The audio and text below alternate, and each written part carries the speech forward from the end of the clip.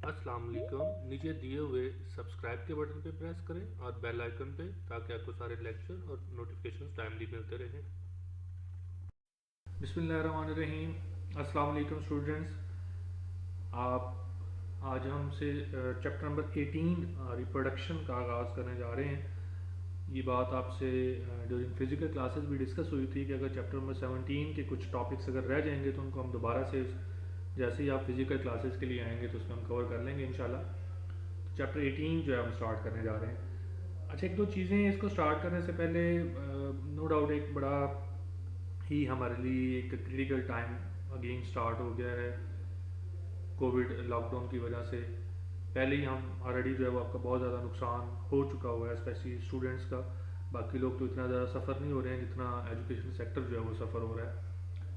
तो आपसे बात मेरी ड्यूरिंग क्लासेस भी हुई थी कि आपने इस टाइम को किसी सूरत भी वेस्ट नहीं करना।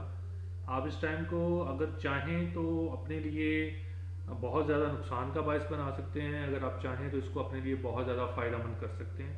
क्योंकि इस टाइम पे आपने बहुत सारी चीज़ें इजीली कवर कर सकते हैं। आपके को जो 7-8 घंटे डेली बेस पे ट्यूशन सेंटर या कॉलेज के लिए जो जा रहे थे, अब आना जाना होता था, वहाँ पे क्लासेस होती थी, अब वो सारा टाइम आप घर पे स्पेंड कर रहे हैं, तो आप इसको बड़े अच्छे अंदाज में यूटिलाइज़ कर सकते हैं। मेरी कोशिश होगी कि आपको थोड़ा सा ये जो लेक्चर्स हैं थोड़ा इंटरेस्टिंग वे में जो है वो करवाए जाए, ताकि आपको किसी किस्म का कोई बोरियत का एहसास ना हो। और ये बात ज़रा ज़हन में रखनी है कि हर लेक्चर के एंड पे कुछ ट्रिकी किस्म के क्वेश्चंस होंगे जिनका आंसर आपने ड्यूरिंग डिस्कशन जो है वो देना है। और अगर आप वो आंसर नहीं करेंगे तो आपकी अटेंडेंस जो है वो हम मार्क नहीं करेंगे, और उनका मतलब ये हर सूरत आपने उनको आज लेक्चर सुना है तो आज की जो डिस्कशन है उसको आप उस डिस्कशन के अंदर जो है अपना फ़ौरन से आंसर जो है वो ज़रूर प्रेजेंट करेंगे। कॉपी पेस्ट नहीं करना, खुद उस पर थिंक करें। हो सकता है ड्यूरिंग लेक्चर सुनते सुनते ही आपको जो है उनका क्वेश्चंस का आंसर मिल जाए। फ़र्क सिर्फ इतना सा है कि आप कितना ध्यान से जो है वो सुन रहे हैं। जी, तो स्टार्ट करते हैं चैप्टर नंबर 18 रिप्रोडक्शन। सबसे पहली चीज़ तो ये कि reproduction is basically mechanism that produces new generations and maintain a species population. एक ऐसा मैकेनिज्म है जिसमें न्यू जनरेशंस जो है वो प्रोड्यूस होती हैं। अब every species of organism can reproduce new individuals. Her species की डेफिनेशन के अंदर भी आपने फर्स्ट ईयर के अंदर भी पढ़ा है कि जो भी स्पीशी होती है वो अपने न्यू इंडिविजुअल जो है उनको रिप्रोड्यूस कर सकती है। Now the question is why there is a need of reproduction. ज़रूरत क्यों है इस चीज़ की? एक फिनोमेना है, तो इसकी ज़ाहिर है अगर कोई एक अल्लाह ताला ने एक मैकेनिज़्म बनाया हुआ है तो उसकी ख़ास तौर पर कोई मकसद, कोई उसकी ज़रूरत तो ज़रूर होगी। तो बेसिकली रिप्रोडक्शन जो है this is important for the survival of species. This is not required for the survival of individual. किसी एक बंदे की सर्वाइवल के लिए इसका ज़रूरी नहीं है। हाँ, एक स्पीशी ने अगर सर्वाइव करना है तो रिप्रोडक्शन अगर उसकी होती रहेगी तो वो सर्वाइव करेगी, अगर रिप्रोडक्शन नहीं होगी तो सर्वाइवल उसकी नहीं है। लाइक कुछ स्पीशीज ऐसी हैं जो एक्सटिंक्ट हो चुकी हुई हैं, डेफिनेटली वो माहौल उनको उस लिहाज से नहीं मिल सका कि अपने आप की वो सर्वाइवल जो है वो रख पाती है, अपने आप को रिप्रोड्यूस करवा सकती, वो एक्सटिंक्ट होगी या कुछ अभी भी एंडेंजर्ड की तरफ जा रही हैं। तो ये चीज़ें ज़रूरी है। रिप्रोडक्शन का जो फिनोमेना है this is very much important for the survival of a species. और ये आप पॉपुलेशन की बात आप कर सकते हैं।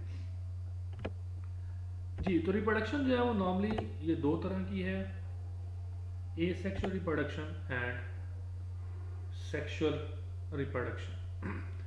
तो ये बेसिकली कंपैरिजन है जो थोड़ा अगले एक दो लेक्चर्स के बाद दोबारा से फिर ये आएगा। ए सेक्शुअल रिप्रोडक्शन क्या होती है कि this require only a single parental organism which give rise to offspring by mitotic सर्डवियम। जी, asexual reproduction basically single parental organism इसमें रिक्वायर्ड है। ये जो चीज़ है ना ये बड़ी इंपॉर्टेंट है। सिंगल पेरेंटल ऑर्गेनिज्म है और माइटोटिक सेल्डवियन है। एक ही पेरेंट और सिर्फ माइटोटिक सेल्डवियन। मेयोसिस जो है ना वो इसमें बेसिकली एब्सेंट होती है, during which the total chromosome content of the cell is exactly replicated and passed on to daughter cells. यानी कि जो भी मटेरियल है वो ऐसा ही कॉपी होगा और जो डॉटर सेल्स हैं उनके अंदर वो जाएगा। There is no any kind of reshuffling of gene, कोई वेरिएशन, कोई पेरेंट से ऑफस्प्रिंग के अंदर आते हुए कुछ चेंजिंग कुछ भी नहीं होगा। माइटोटिक डिवीजन है, आप पहले भी अर्ली क्लासेस के अंदर भी ये बात पढ़ चुके हुए हैं कि इसमें किसी तरह की कोई जो है वो चेंजिंग नहीं आती है। जो क्रोमोसोम मटेरियल है, मींस जो डीएनए है वो सेम रहता है पेरेंट टू ऑफस्प्रिंग,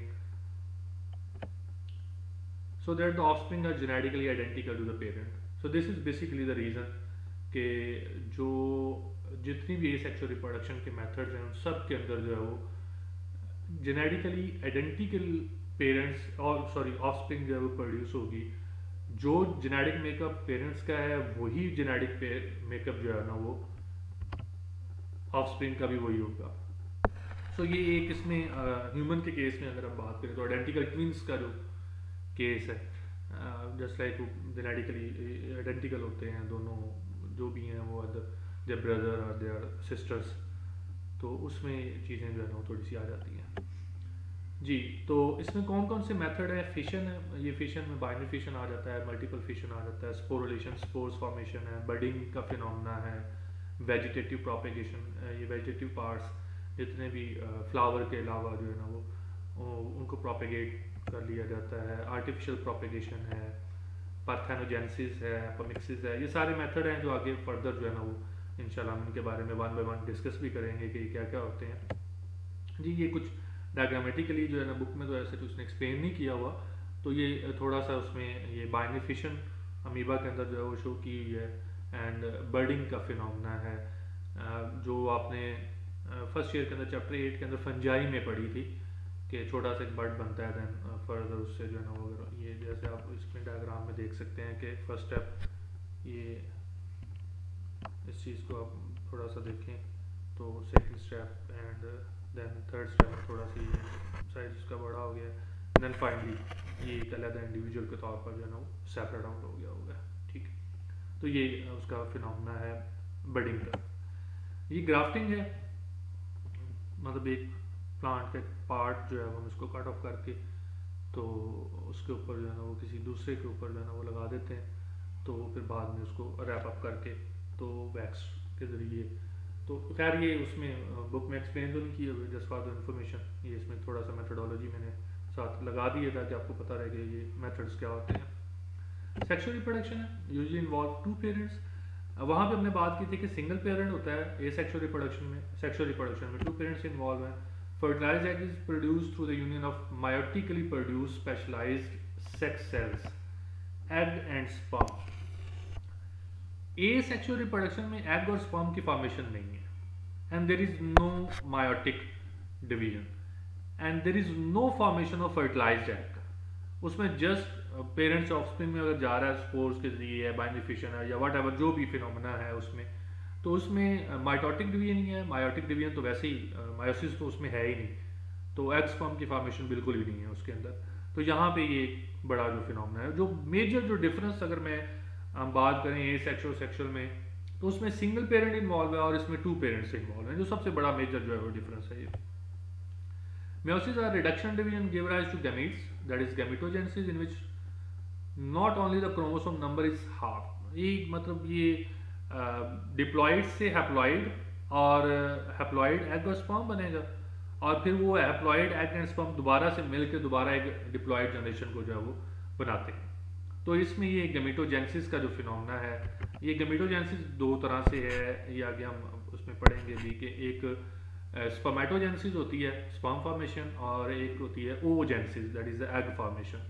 तो ये गैमेटोजेनेसिस का हम उसको जो है वो नाम देते हैं। But reshuffling of genes lead to recombination of gene, ये बड़ा ही इंपॉर्टेंट फिनोमेना सेक्सुअल रिप्रोडक्शन के अंदर, रीशफलिंग या रिकॉम्बिनेशन ऑफ जीन्स। और दिस इज द रीज़न कि जो ऑफस्प्रिंग और पेरेंट्स कभी भी एक दूसरे के साथ आइडेंटिकल नहीं होते, इवन ब्रदर्स एंड सिस्टर भी एक दूसरे के साथ नहीं मैच कर पाते हैं, क्योंकि सेक्सुअल रिप्रोडक्शन के अंदर जो वो रिकम्बिनेशन आ जाते हैं, एक जनरेशन से जब दूसरी में जाते हैं तो जीन सारे के सारे जो है ना वो रिशफल हो जाते हैं, इस वजह से कोई उसके साथ दूसरा जो है वो आइडेंटिकल नहीं हो पाता है। This not only maintain the chromosome number in a species but also produce genetic variation. ये मतलब maintain chromosome number. Humans starting from their origin they have 46 number of chromosomes और वो वैसे के वैसे ही हैं 46. ये अगर थोड़ा सा मैं इसको देखें तो 46 से जब डिवीजन होगी तो 23 एंड 23 मीन्स ये एग और स्पर्म में, और ये अगेन जब फर्टिलाइज होंगे तो ये फिर से जब वो 46 बन जाएंगे. तो ये मतलब this is very important phenomena कि ये जेनेटिक वेरिएशन और नंबर ऑफ क्रोमोसोम जो है दे रिमेन कांस्टेंट. और फिर वेरिएशंस यहाँ पे जब मायोटिक डिवीजन होती है इस पॉइंट के ऊपर जब ये हाफ आते हैं तो उस वक्त जो है रिशफलिंग ऑफ जीन्स की वजह से फिर शफल हो जाते हैं. एंड अगेन अगले चैप्टर्स के अंदर जाके हम पढ़ेंगे भी कि जब स्पेशली इन मेल्स जब स्पर्म्स की फॉर्मेशन होती है तो लार्ज नंबर ऑफ स्पर्म्स बनते हैं तो उसमें कोई पता नहीं है कि अब कौन से जीन किस में सिलेक्ट हो रहे हैं और कौन सा सिलेक्शन की तरफ जाएगा. तो सिलेक्शन थोड़ी सी जो है ना वो नॉन रैंडम होने की वजह से रिशफलिंग के चांसेस जो है ना ज़्यादा बढ़ जाते हैं. And this is basically an important phenomena this survival and adaptation of species और पॉपुलेशन. सर्वाइवल में और उसके अडेप्टेशन. देखिए चेंजिंग एनवायरनमेंट के साथ अगर हम अडेप्टेशन की तरफ नहीं जाएंगे तो सर्वाइवल मुश्किल हो जाएगी. आगे हम एवोल्यूशन वाले चैप्टर के अंदर भी जाके पढ़ेंगे सर्वाइवल ऑफ द फिटेस्ट है. तो अगर जैसे सपोज अगर गर्मी से अचानक से सर्दी आ रही है तो अगर हम अपनी ड्रेसिंग को उसी हिसाब से रखेंगे तो हमारा सर्वाइवल करना थोड़ा सा मुश्किल हो जाएगा. तो ऐसे जैसे एनवायरमेंटल चेंजेस आ रही हैं तो अगर एक स्पीशी अपने अंदर अडेप्टेशन नहीं लेकर आएगी तो उसकी सर्वाइवल थोड़ी मुश्किल हो जाएगी.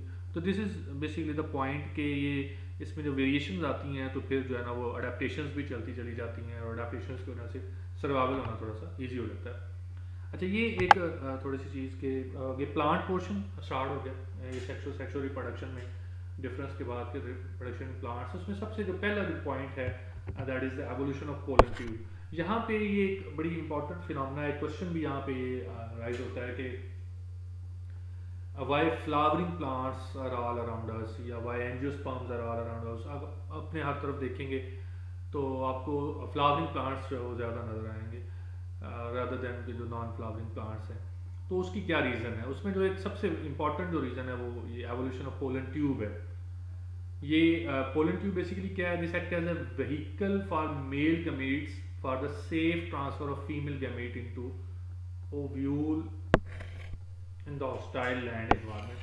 लैंड एनवायरनमेंट के अंदर ये एक बड़ा ही कॉम्प्लिकेटेड फिनोमेना था कि how the plant male gametes will move toward the female gamete. तो उसमें ये बड़ा इशू आ रहा था कि मेल का जब फीमेल में जाते हुए बहुत ज़्यादा जो है वो लॉस हो रहा था. तो उसमें एक स्पेशलाइज पोलन ट्यूब बन गई कि जिसमें उसको ईजीली जो है ना वो एक पार्ट से दूसरे पार्ट मेल पार्ट से फीमेल पार्ट की तरफ से जो है वो गैमीट्स या ईजीली ट्रांसफर easily travel कर सकते हैं.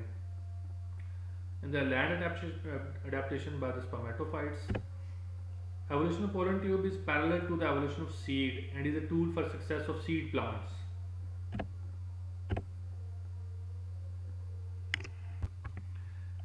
जी प्लांट्स में दोनों तरह के ही रिप्रोडक्टिव मेथड्स जो पाए जाते हैं. सेक्सुअल भी है और एसेक्सुअल भी है. एसेक्सुअल रिप्रोडक्शन के मेथड्स की बात करें तो लेयरिंग है, ग्राफ्टिंग है, बर्डिंग है, ये थोड़ा सा आर्टिफिशियल मूड्स हैं. सेक्सुअल रिप्रोडक्शन की बात करें तो ये एक चीज़ ज़रा डिप्लोहैप्लॉन्टिक लाइफ साइकिल. डिप्लोहैप्लॉन्टिक ये डिप्लॉयड और हैप्लॉयड से बेसिकली वर्ड निकला है with alternating diploid sporophyte and haploid gametophyte generation. ये आप चैप्टर नंबर 9 के अंदर भी जो है वो डिटेल में आपने डिस्कस की ये चीज़ें. ये अल्टरनेशन ऑफ जनरेशन का जो फिनोमेना है कि हैप्लॉयड गैमेटोफाइट से diploid sporophyte and then diploid sporophyte से अगेन हैप्लॉयड गैमेटोफाइट. तो ये एक डिप्लोहैप्लॉन्टिक लाइफ साइकिल जो है वो डिप्लॉयड से हैप्लॉयड, हैप्लॉयड से डिप्लॉयड वाला फिनोमेना चलता रहता है. अब जो टू जनरेशंस, अच्छा आप इसमें स्पोरोफाइट और गैमेटोफाइट जनरेशन की अगर हम बात कर रहे हैं यहाँ पे, अगर दोनों जनरेशंस सेम है वेजिटेटिवली स्ट्रक्चर के हवाले से सारी चीज़ें सेम है तो उसको हम आइसोमॉर्फिक का नाम देते हैं. और अगर वो डिसिमिलर हैं, डिफरेंट हैं, तो हम इसको हेट्रोमॉर्फिक का जो है वो नाम दे रहे हैं. अच्छा अब सीड प्लांट्स की जैसे मैं पहले बात कर रहा था कि they are predominantly present all around us. क्यों है? Due to their better sexual reproduction. ये क्वेश्चन भी बन जाता होता है कि why seed plants are all around us. modification of flower and inflorescence for pollination involve gamete transfer by pollen tube. Food storage for developing embryo, ये seed की form में, protection by seed coats, and dispersal with the help of fruit formation in angiosperms. तो ये basically reasons हैं जिनकी वजह से जो flowering plants हैं they are all around us, हमारे हर जगह पे हम देखें तो बहुत ज़्यादा जो है वो डोमिनेटली जो है वो पाए जाते हैं. Seeds are capable of enduring unfavorable condition in dormant form, seed dormancy, and as soon as conditions become favorable for establishing the seedling, it germinate. अच्छा ये बड़ा इंपॉर्टेंट फिनोमेना है स्पेशली फॉर एंजियोस्पर्म्स कि अगर कंडीशंस अनफेवरेबल हैं, मतलब अगर बहुत ज़्यादा टेम्परेचर है, पीएच नॉर्मल नहीं है, वाटर की अवेलेबिलिटी प्रॉपर नहीं है, तो सीड डोमेंसी के अंदर जो है वो चले जाएंगे. अब अगर वो डोमेंट है तो उनकी सर्वाइवल हो जाएगी. अगर वो वहाँ पे अपने आप को दोबारा से ग्रो करवाने की कोशिश करते हैं तो फिर उनकी डोमेंसी थोड़ी सी प्रॉब्लम में चली जाएगी. वो फिर प्रॉपरली डोमेंट जो है ना वो ग्रोथ उनकी जो है ना वो नहीं हो सकेगी. तो इस वजह से वो डोमेंट हो जाएंगे. जैसे ही कंडीशंस फेवरेबल होंगी तो अगेन वो जर्मिनेशन की तरफ जो है वो चले जाएंगे. जी आगे एक फिनोमेना बड़ा इंपॉर्टेंट, पार्थेनोकार्पी. आपने अक्सर ये ग्रेप्स देखते हैं, सीड्स नहीं है, बनाना देखते हैं, सीड्स नहीं है. आजकल एक बड़ा फिनोमेना सिट्रस वैरायटी में, सीडलेस सिट्रस वैरायटी का चल रहा है. स्पेशली फॉरेन कंट्रीज़ के अंदर जो डिमांड है वो बहुत ज़्यादा बढ़ रही है फ्रॉम पाकिस्तान एज वेल, के आप सिट्रस ऑरेंजेस जो है वो हमें भेजिए. सिट्रस लेमन की वैरायटी जो है वो, इवन मैंगोज जो है वो विदाउट सीड जो है वो, sorry seedless grapes, seedless oranges, seedless lemon and seedless even mangoes जो है ना, कि आप उसको सीड को एलिमिनेट कर दें. तो ये नेचुरली भी फिनोमेना हो रहा है, लेकिन ये कुछ प्लांट्स के अंदर हो रहा है. हमने पिछले चैप्टर 17 के अंदर प्लांट हार्मोन्स में पढ़ा था कि कुछ हार्मोन्स ऐसे हैं जो कि इस फिनोमेना को इंड्यूस करते हैं. तो बेसिकली फिनोमेना है क्या कि fruit development proceed without fertilisation and thus no seed formation takes place. This phenomena is called parthenocarpy. Like banana है, पाइनएप्पल है, some varieties of oranges, grapes, and this kind of development is called parthenocarpy. It is due to hormonal imbalance, usually high oxygen level occur in ovaries. तो हम इसको artificially भी करवा सकते हैं while adding oxygen in tomato, peppers, etc. ताकि उनके अंदर जो सीड्स की फॉर्मेशन ही ना हो सके. सीड डोमेंसी, अभी थोड़ी देर पहले बात हो रही थी कि special condition of rest which enable an embryo to survive long periods of unfavorable conditions such as water scarcity or low temperature. पानी की अवेलेबिलिटी नहीं है, टेम्परेचर प्रॉपर नहीं है, तो जो सीड है वो डोमेंट कंडीशन के अंदर चला जाएगा. जैसे ही कंडीशन फेवरेबल होंगी तो अपने आप को दोबारा से जर्मिनेशन में ले आएगा. During this period of rest embryo ceases और लिमिट इट्स ग्रोथ. अब अपनी वो ग्रोथ को एम्ब्रियो ने लिमिटाइज कर लिया है, वो जर्मिनेशन की तरफ नहीं जा रहा है. Great survival importance to plant in that it prevents the dormant seed from germinating in response to conditions such as warm spell in winter. ये मतलब अगर कंडीशंस जैसे अनफेवरेबल की तरफ जा रही हैं तो अगर सीड डोमिनेंट नहीं होता तो उसके सर्वाइवल में प्रॉब्लम आ सकती है. तो ये सर्वाइवल के लिए, उसकी सर्वाइवल के लिए बड़ा ही इंपॉर्टेंट फिनोमेना है नेचर से. Germination or resumption of normal growth by dormant embryo requires certain very precise combination of environmental cues to avoid any accidental stimulus which may prove fatal later on. कि properly पूरे environmental cues, temperature, water availability और जितने भी उसको physical environment के अंदर जो factors required हैं वो सारे के सारे उनके cues उसको normal मिलते हैं तो फिर वो germination की तरफ जाएगा, अदरवाइज वो germinate नहीं होगा. जी आगे एक fruit set and fruit ripening का फिनोमेना है. लास्ट चैप्टर के अंदर भी बात हुई थी कि there are two separate phenomenas. Fruit setting मतलब फ्रूट का जो बनना है, रैपनिंग वो बन गया है, फिर उसका पकना है जिसमें डिफरेंट हार्मोन्स इन्वॉल्व हैं. जो प्रमोटर्स की अगर हम बात करते हैं, auxin, cytokinin, gibberellin, they are involved in the fruit setting, जबकि इथीन जो है वो फ्रूट रैपनिंग में इन्वॉल्व है. Germinating pollen grain is not only an important structure for safe transfer of gamete and insurance for fertilization but also a rich source of oxygens. मतलब जैसे कि pollen grain basically जब germinate करता है, तो एक तो ये सेफली ट्रांसफ़र ऑफ गैमीट के लिए बड़ा इंपॉर्टेंट है, स्पेशली फ्रूट की जब हम बात करें तो सेफ ट्रांसफ़र ऑफ गैमीट्स और फर्टिलाइजेशन भी है और ऑक्सीजन का एक बड़ा रिच सोर्स है, as well as commonly stimulating the tissue of the style and ovary to produce more auxins. The auxin is necessary for fruit set. A fruit set basically क्या है, retention of ovary which become the fruit after fertilization. Ovary retain हो रही है, जब जैसे ही मतलब उसकी fertilisation होगी तो वो फ्रूट सेट की तरफ जो है वो चला जाएगा। विदाउट इट, अब अगर वो ओवरी की रिटेंशन नहीं होती है तो फ्लावर जो है वो नॉर्मली उनकी एब्सिशन हो जाती है, वो गिर जाते हैं, leading to low fruit yields. After fertilization, the ovary and the ripe seed continue to produce auxin, which stimulate fruit development. And developing seeds are not only rich source of auxin and gibberellin but also for cytokine. मतलब ये तीनों के तीनों हमने last chapter में पढ़ा था कि प्रोमोटर्स हैं, फ्रूट सेटिंग के अंदर बड़ा इंपॉर्टेंट रोल जो है वो प्ले करते हैं। तो उसके बाद फिर आगे फर्दर जो है ना वो इथीन आ जाती है, दैट में lead toward the fruit ripening process जो है वो।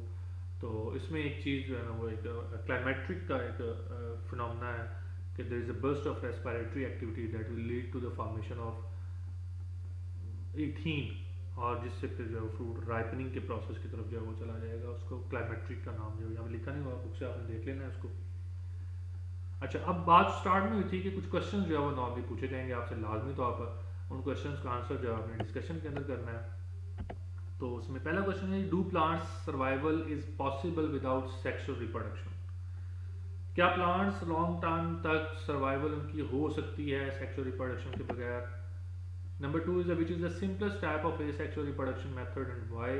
एसेक्सुअल रिप्रोडक्शन के जो मेथड्स हमने पीछे पढ़े हैं, सबसे सिंपलेस्ट कौन सा है और क्यों है? The third question is what is the disadvantage of sexual reproduction? तो ये तीन क्वेश्चंस के आपने आंसर जो है वो लाजमी करने हैं डिस्कशन में, और जो भी आपकी क्यूरी है डिस्कशन में आपने लाजमी पूछ लेनी है। डेली बेसिस पे पूछते रहेंगे ज़्यादा बेहतर है, बजाय इसके कि आप छोड़ दें, आज लेक्चर नहीं देना, कल सुन लेंगे, परसों सुन लेंगे, वो ज़्यादा डिले होता रहेगा तो फिर काम इकट्ठा होता जाएगा। अगेन आपको याद करवा दूँ कि आपने ये टाइम बहुत अच्छे तरीके से यूटिलाइज करना है, इसको ज़ाया नहीं करना। अगर आप ज़ाया करेंगे तो ये आपके लिए बहुत ज़्यादा नुकसानदेह साबित हो सकता है। ठीक है जी, अगले लेक्चर तक के लिए जो है वो अल्लाह हाफिज़, खुश रहें, आबाद रहें।